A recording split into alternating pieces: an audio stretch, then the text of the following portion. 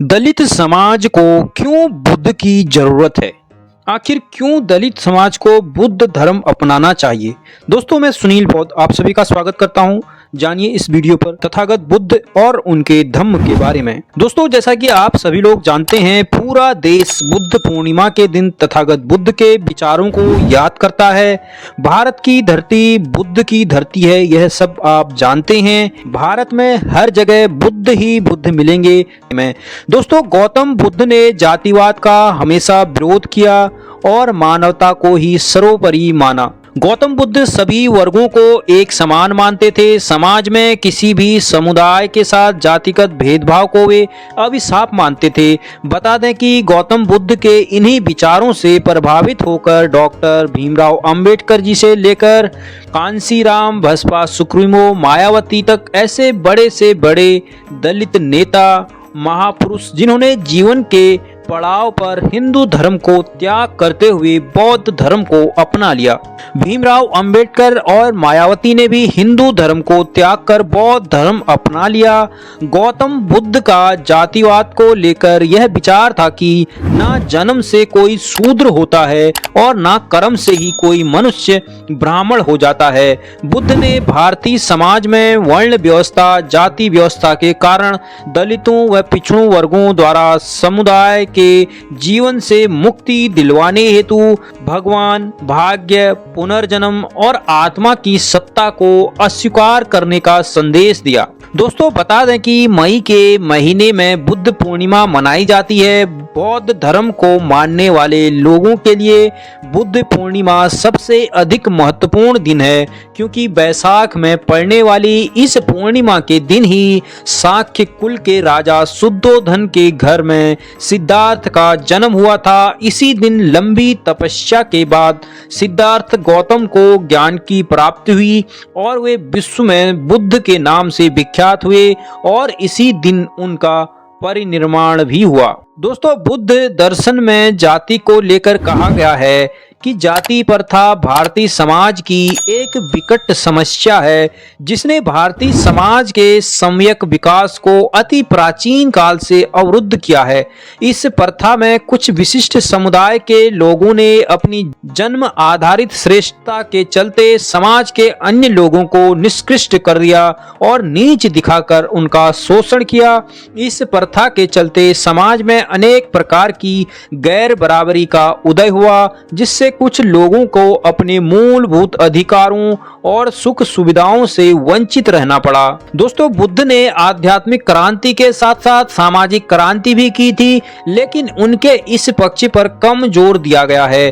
बुद्ध द्वारा उत्पन्न की गई सामाजिक चेतना के परिणाम स्वरूप ही समाज में हीन और दलित समझे जाने वाली जातियों के लोगों को सामाजिक कार्यक्रमों में बढ़ चढ़कर हिस्सा लेना प्रारंभ कर दिया। गौतम बुद्ध ने प्रज्ञा और करुणा पर सबसे अधिक जोर दिया था। प्रज्ञा में उनका आध्यात्मिक उपदेश और करुणा में उनका सामाजिक उपदेश है, जिसमें उस समय के प्रचलित सभी कुप्रथाओं का जोरदार तर्कों से खंडन किया था। बौद्ध धर्म में प्रज्ञा और करुणा को महत्व देते हुए बोधिसत्व के विचारधारा का उदय हुआ था। बाद में बौद्ध धर्म में इस दोनों पक्षों द्वारा प्रज्ञा और करुणा को महत्व देते हुए बोधिसत्व की विचारधारा का भी उदय हुआ, जो महायान का मुख्य उद्देश्य था। जाति प्रथा का यदि सूक्ष्म अध्ययन किया जाए तो मालूम होता है कि इनके तीन मुख्य आधार हैं: ईश्वरीय मूलोपत्ति और उत्तराधिकार में प्राप्त उच्चता आदि। वहीं बुद्ध ने इन तीनों को अतार्किक, मानव कल्पित और स्वार्थ से प्रेरित बताकर आलोचना की है।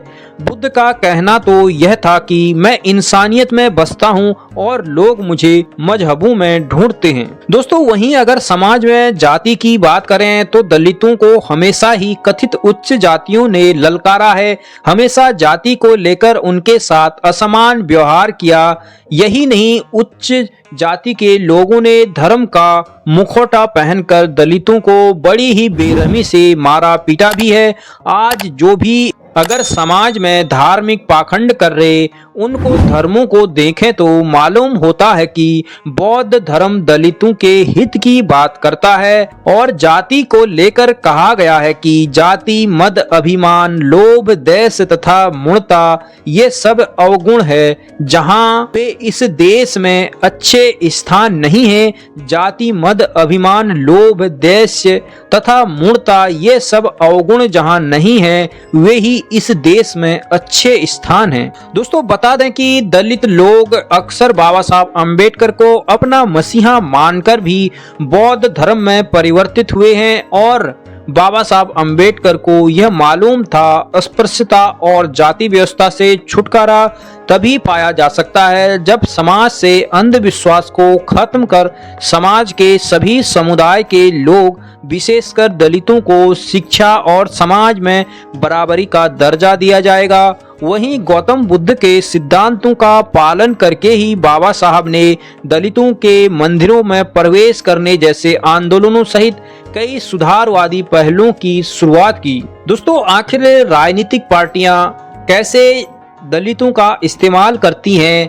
अंबेडकर ने तो अपनी पुस्तक में मृत्यु से लगभग 20 वर्ष पहले घोषणा कर दी थी कि उनका जन्म भले ही एक हिंदू के रूप में हुआ हो, लेकिन उनकी मृत्यु हिंदू के रूप में नहीं होगी। अपनी मृत्यु के 2 माह पहले अक्टूबर 1956 में अपने हजारों अनुयायियों के साथ अंबेडकर ने हिंदू धर्म त्याग कर बौद्ध धर्म ग्रहण कर लिया था और तभी से प्रतिवर्ष दलित अपना असंतोष और विरोध व्यक्त करने के लिए धर्मांतरण का सहारा लेते हैं। दोस्तों आखिरकार दलित समाज को बुद्ध की जरूरत क्यों पड़ी? दोस्तों अंबेडकर के लिए किसी धर्म में आत्मसम्मान और व्यक्तिगत आजादी का होना बहुत ही महत्वपूर्ण था और बुद्ध धर्म एक सच्चे धर्म के उस विचार के बहुत करीब था जिसकी वो कल्पना करते थे। इसलिए दलित समाज को बुद्ध की जरूरत है और हमेशा रहेगी। दोस्तों आज के लिए इतना ही, मिलते हैं अगली वीडियो पर। हम इस चैनल पर हमेशा बहुजन महापुरुषों से रिलेटेड वीडियो ही डालते हैं। आप सभी से रिक्वेस्ट है कि चैनल को सब्सक्राइब करके हमें ज्वाइन जरूर करें और हमें सपोर्ट